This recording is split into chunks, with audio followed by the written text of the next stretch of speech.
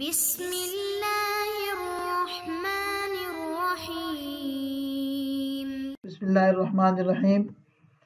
انتہائی قابل احترام سامعین گرامی، آج سے ہم حدیث سے متعلق ایک اہم سلسلہ مبادیات الحدیث کے عنوان سے شروع کر رہے ہیں، جس کا آج پہلا سبق ہے، اور یہ سلسلہ انتہائی مفید مباحث پر مشتمل ہے۔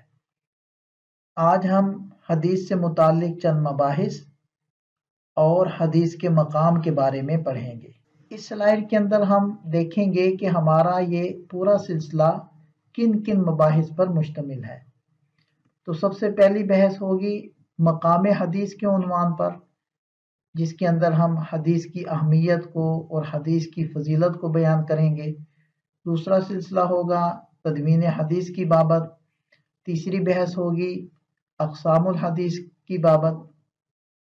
چوتھی بحث ہوگی حجیت حدیث کے بارے میں، اور پانچویں بحث طبقات کتب حدیث، اور چھٹی بحث شروط الائمۃ الستہ، اور ساتویں بحث ہوگی حدیث بر صغیر میں، جبکہ آٹھویں بحث حدیث پاکستان میں۔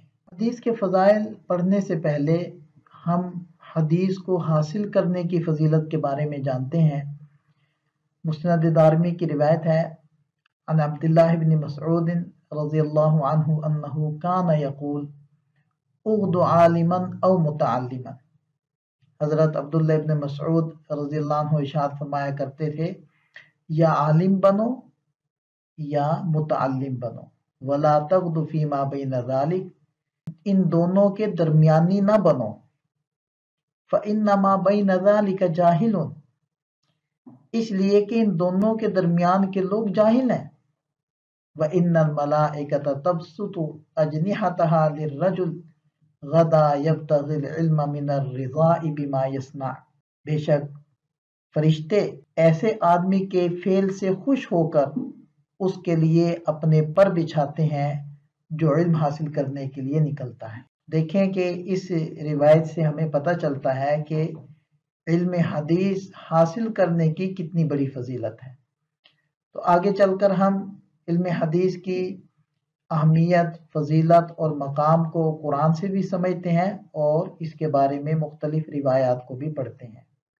قرآن کریم میں اللہ تعالی ارشاد فرماتے ہیں، لَقَدْ مَنَّ اللَّهُ عَلَى الْمُؤْمِنِينَ إِذْ بَعَثَ فِيهِمْ رَسُولًا مِّنْ أَنفُسِهِمْ يَتْلُو عَلَيْهِمْ آيَاتِهِ وَيُزَكِّيهِمْ وَيُعَلِّمُهُمُ الْكِتَابَ وَالْحِكْمَةَ۔ حقیقت یہ ہے کہ اللہ نے مومنوں پر بڑا احسان کیا کہ ان کے درمیان انہی میں سے ایک رسول بھیجا جو ان کے سامنے اللہ کی آیتوں کی تلاوت کرے، انہیں پاک صاف بنائے، اور انہیں کتاب اور حکمت کی تعلیم دے۔ اس آیت مبارکہ میں اللہ تعالیٰ نے نبی کریم صلی اللہ علیہ وسلم کے 4 مقاصد بعثت بیان فرمائے۔ پہلے نمبر پر تلاوت آیات، دوسرے نمبر پر تزکیہ نفوس، تیسرے نمبر پر تعلیم کتاب، اور چوتھے نمبر پر تعلیم حکمت۔ اور راجح قول کے مطابق حکمت سے مراد سنت ہے۔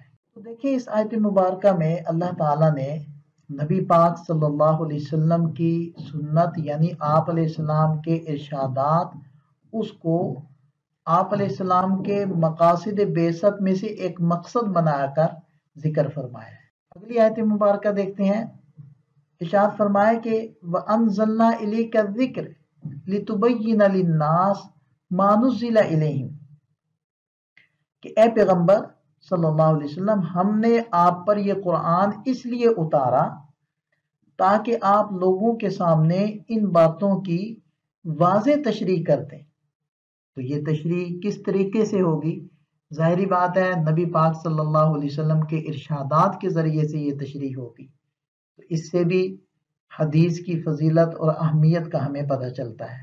آگے ارشاد فرمایا، وَمَا أَنزَلْنَا عَلَيْكَ الْكِتَابَ إِلَّا لِتُبَيِّنَ لَهُمُ الَّذِي اخْتَلَفُوا فِيهِ، اور ہم نے آپ پر یہ کتاب اس لیے اتاری تاکہ آپ ان کے سامنے وہ باتیں کھول کھول کر بیان کر دیں جن میں انہوں نے مختلف راستے اپنائے ہوئے ہیں۔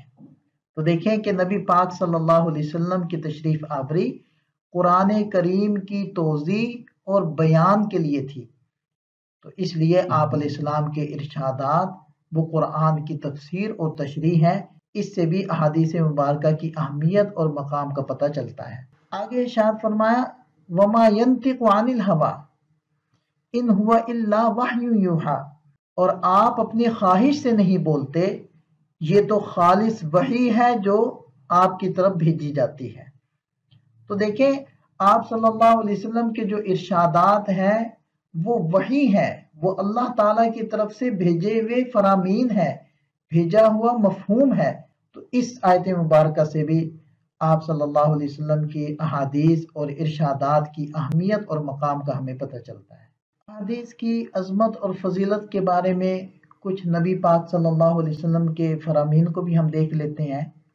یہ مشکاہ شریف کی روایت ہے، وعن ابن مسعود رضی اللہ عنہ قال قال رسول اللہ صلی اللہ علیہ وسلم نظر اللہ عبدا سمع مقالتی فحفظها ووعاها وأداها فرب حامل فقه غیر فقیہ ورب حامل فقه الى من هو افقہ منہ۔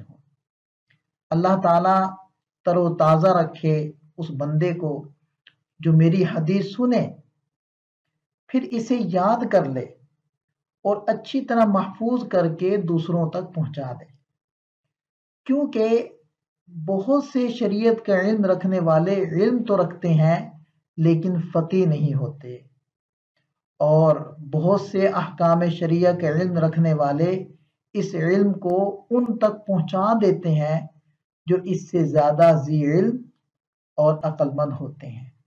اب دیکھیں کہ حدیث کو یاد کرنے والا، حدیث کو محفوظ کرنے والا، حدیث کو آگے پہنچانے والا، اس کے لیے پیارے نبی صلی اللہ علیہ وسلم کیا دعا فرما رہے ہیں؟ نظر اللہ، اللہ تعالیٰ تر و تازہ رکھے، سرسبز و شاداب رکھے۔ تو جس کی سرسبزی اور شادابی اور تازگی کے لیے سرکار مدینہ صلی اللہ علیہ وسلم دعا کریں تو کیا وہ کبھی افسردہ اور رنجیدہ ہو سکتا ہے؟ کبھی بھی نہیں ہو سکتا۔ اگلی روایت دیکھ لیتے ہیں، عن ابی العالیۃ رحمہ اللہ تعالی قولہ كنا نسمع الروایت عن اصحاب رسول اللہ صلی اللہ علیہ وسلم بالبصرہ فلم نرضى حتى ركبنا الى المدینہ فسمعناها من افواہہم۔ یہ فرماتے ہیں کہ ہمیں بصرہ کے اندر نبی پاک صلی اللہ علیہ وسلم کے اصحاب سے ایک روایت نقل کر کے پہنچائی جاتی، ہم اس کو سنتے تو ہم اس پر اکتفا نہ کرتے، بلکہ ہم سوار ہو جاتے مدینہ شریف اور ہم وہاں پہنچ کر حضرات صحابہ کرام سے براہ راست اس حدیث کو سنتے۔ اب دیکھیں کہ ان تابعین عظام کے اندر کس قدر اہتمام تھا، شوق تھا، جذبہ تھا کہ ہم حدیث پاک کو صحیح ماخذ سے لیں، اور اصحاب رسول صلی اللہ علیہ وسلم موجود ہیں، ہم کیوں نہ ان سے براہ راست جا کر حدیث پاک کو سمجھیں اور پھر اس کو محفوظ کریں۔ تو دیکھیں اس کے لیے سفر بھی کر رہے ہیں، بصرہ سے سفر کرنا مدینہ طیبہ کی طرف کتنا لمبا سفر تھا۔ اگلی روایت دیکھتے ہیں، عن ابن عباس رضی اللہ عنہما قال لما توفی رسول اللہ صلی اللہ علیہ وسلم، حضرت ابن عباس رضی اللہ عنہما فرماتے ہیں کہ جب نبی پاک صلی اللہ علیہ وسلم دنیا سے تشریف لے گئے تو قلت لرجل من الانصار هلم نسأل اصحاب رسول اللہ صلی اللہ علیہ وسلم فإنهم اليوم کثیر۔ تو وہ کہتے ہیں کہ میں نے ایک انصاری صحابی سے کہا کہ آئیں مل کر ہم آپ صلی اللہ علیہ وسلم کے اصحاب سے یعنی صحابہ کرام سے علم حاصل کرتے ہیں، کیونکہ آج تو یہ حضرات بہت ہیں، موجود ہیں، بکثرت ہیں، لیکن بہرحال سب نے جانا ہے، تو کہیں ایسا نہ ہو کہ یہ جبال علم دنیا سے تشریف لے جائیں جو نبی پاک صلی اللہ علیہ وسلم کے ساتھ رہے ہیں، اور آپ علیہ السلام سے براہ راست ان حضرات نے علم حاصل کیا ہے، تو کہیں ان کے ساتھ علم بھی نہ چلا جائے تو ہم ان سے علم حاصل کر لیتے ہیں۔ تو کہتے ہیں کہ وہ جو میرے دوست تھے صحابی، انہوں نے کہا وَعَجَبًا لَكَ يَا ابْنَ عَبَّاسِ، اے ابن عباس تعجب ہے अतर अन्नास यहताजून इलैक, आपका क्या ख्याल है कि लोग आपसे आकर मसाइल पूछेंगे।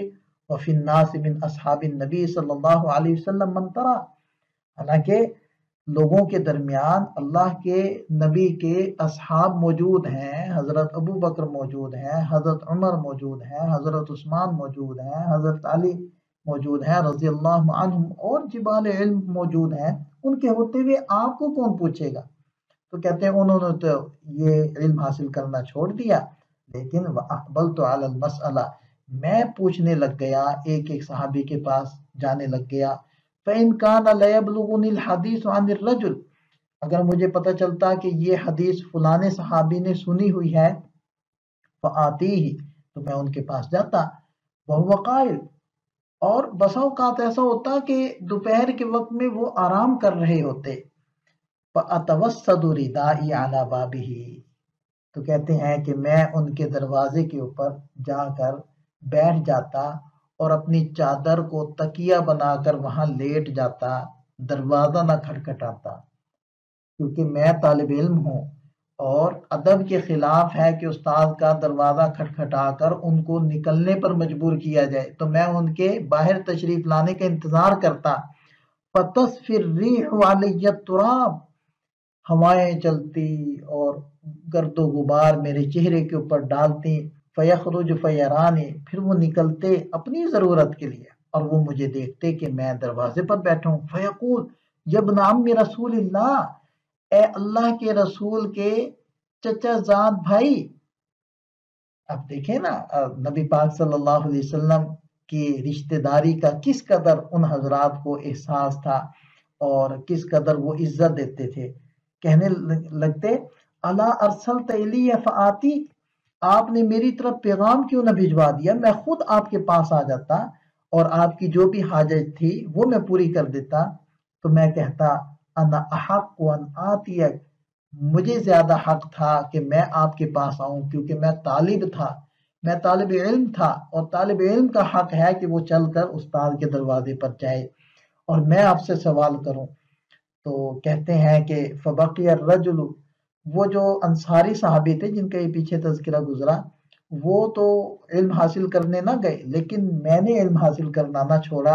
हत्ता रआनी व क़द इज्तमअ अन्नासु अलैया, उन्होंने फिर मुझे देखा कि वो वक्त आया कि लोग जोक दर जोक मेरे पास आने लगे इल्म हासिल करने के लिए। तो वो कहने लगे, हाज़ल फता अक़ल मिन्नी, ये नौजवान मुझसे ज्यादा अक्लमंद निकला कि इन्होंने बर वक्त इल्म हासिल किया और आज मरजउल खलाइक बने हुए हैं।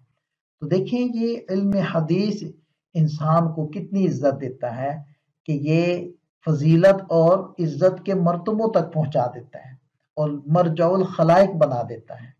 अगली रिवायत हम देखते हैं, अन हस्सान इब्न अतिय्यता रहमहुल्लाह तआला क़ाल, कान जिब्रील यंजिलु अला रसूलिल्लाहि सल्लल्लाहु अलैहि वसल्लम फयुअल्लिमुहु सुन्नत कमा युअल्लिमुहुल कुरआन। कहते हैं कि हज़रत जिब्रील अलैहिस्सलाम तशरीफ लाते और वो आप सल्लल्लाहु अलैहि वसल्लम को सुन्नत यानी अहादीस भी ऐसे ही सिखाते जैसे कि कुरान सिखाया करते थे, क्योंकि हदीस भी वही है, कुरान भी वही है, बस कुरान वही मतलूब है यानी वो वही है जिसकी तिलावत की जाती है, और हदीस वही गैर मतलूब है, लेकिन है वही, दोनों के वही होने में कोई शक नहीं है। अगली रिवायत हम देखते हैं, अन इब्न अब्बास रज़ियल्लाहु अन्हुमा क़ाल तज़ाकरू हाज़ल हदीस, हज़रत इब्न अब्बास रज़ियल्लाहु अन्हुमा इरशाद फरमाते हैं, इस हदीस का मुज़ाकरा करते रहो, इसको दोहराते रहो। ला यनफलित मिनकुम, ये तुमसे छूट ना जाए और तुम इससे महरूम ना हो जाओ। फ़इन्नहु लैसा मिस्लल कुरआन मजमूअन महफूज़ुन, इसलिए कि ये कुरान की तरह जमा नहीं कर ली गई, महफूज नहीं कर ली गई, क्योंकि कुरान करीम को जिस एहतमाम से नबी पाक सल्लल्लाहु अलैहि वसल्लम ने लिखवा दिया था और बाद में इसको एक जगह इकट्ठा करके रख दिया गया था, जाहिरी बात है उस जमाने में हदीस पाक के साथ इस दर्जे का काम तो नहीं हुआ था। व इन्नकुम इल्लम तज़ाकरू हाज़ल हदीस यनफलित, अगर इस हदीस का मुज़ाकरा नहीं करोगे, यनफलित मिनकुम, ये तुमसे ज़ाया हो जाएगी। वला यक़ूलन्ना अहदुकुम हद्दस्तु अमसी, कोई शख्स ये ना कहा करे ये हदीस मैंने कल तो बयान की थी, फला उहद्दिसुल यौम, आज मैं नहीं बयान करूंगा, बल हद्दिस अमसी, बल्कि वो गुज़श्ता कल भी बयान करे और आज भी बयान करे और आइंदा कल भी बयान करे, वो हदीस बयान करना ना छोड़े। बल हद्दिस अमसी वल तुहद्दिसिल यौमा वल तुहद्दिस गदन, तो हदीस बयान करते रहें, इसको बयान करना ना छोड़ें। अगली हदीस पाक देखते हैं कि अन अलक़मत रहमहुल्लाह ताला क़ाल तज़ाकरुल हदीस फ़इन्न ज़िक्रहु हयातुहु। क्या फरमाते हैं हजरत अलक़मा कि हदीस का मुज़ाकरा किया करो, इसलिए कि इसको याद करना, इसका मुज़ाकरा करना, इसको दोहराना, यही इसकी जिंदगी है। अगली हदीस पाक के अंदर आता है अन इब्न मसऊद रज़ियल्लाहु अन्हु क़ाल क़ाल रसूलुल्लाह सल्लल्लाहु अलैहि वसल्लम इन्ना औलन नासि बी यौमल क़ियामा अक्सरुहुम अलैया सलातन। हजरत इब्न मसऊद रज़ियल्लाहु अन्हु इरशाद फरमाते हैं कि नबी पाक सल्लल्लाहु अलैहि वसल्लम ने इरशाद फरमाया, क़यामत के दिन लोगों में से मेरे सबसे ज्यादा नजदीक वो शख्स होगा जो सबसे ज्यादा मुझ पर दुरूद पाक पढ़ता होगा, और जो शख्स हदीस को पढ़ने पढ़ाने के अंदर मशगूल होता है उसको ये फजीलत खुद ब खुद हासिल हो जाती है, क्योंकि वो कसरत से दुरूद पाक पढ़ता है। क्योंकि क़ाल रसूलुल्लाह सल्लल्लाहु अलैहि वसल्लम, क़ाल रसूलुल्लाह सल्लल्लाहु अलैहि वसल्लम, सुबह से लेकर शाम तक जो दौरे के असातिज़ा और दौरे के तलबा होते हैं उनको दुरूद पाक पढ़ने का मौका मिलता है। बसा औक़ात तो सैकड़ों बार, चूँकि सैकड़ों अहादीस दिन में पढ़ाई जाती हैं, तो सैकड़ों बार दुरूद पाक पढ़ने का मौका मिलता है, और बाज़ दफ़ा हज़ारों बार दुरूद पाक पढ़ने का मौका मिलता है। इमाम अबू हनीफा रहमतुल्लाह अलैह वो इरशाद फरमाते हैं लौला सुन्ना मा फ़हिम अहदुम मिनल कुरान, अगर हदीस ना होती तो हम में से कोई भी कुरान ना समझ सकता, क्योंकि हदीस ही तो कुरान की वजाहत करती है। जैसे कि सबक के शुरू में हमने आयात पढ़ी हैं जिससे पता चलता है कि नबी पाक सल्लल्लाहु अलैहि वसल्लम के बेसत के मकासिद में से एक मकसद क्या है, कुरान की वजाहत करना, लितुबय्यिन लिन्नास।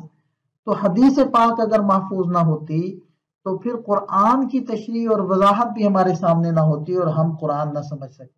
और इमाम शाफी रहमतुल्लाह अलैह इरशाद फरमाते हैं कि जमीअ मा तक़ूलुहुल उम्मा शरहुन लिस्सुन्ना, कि जो कुछ उम्मत कहती है वो सब सुन्नत की यानी हदीस की तशरीह है।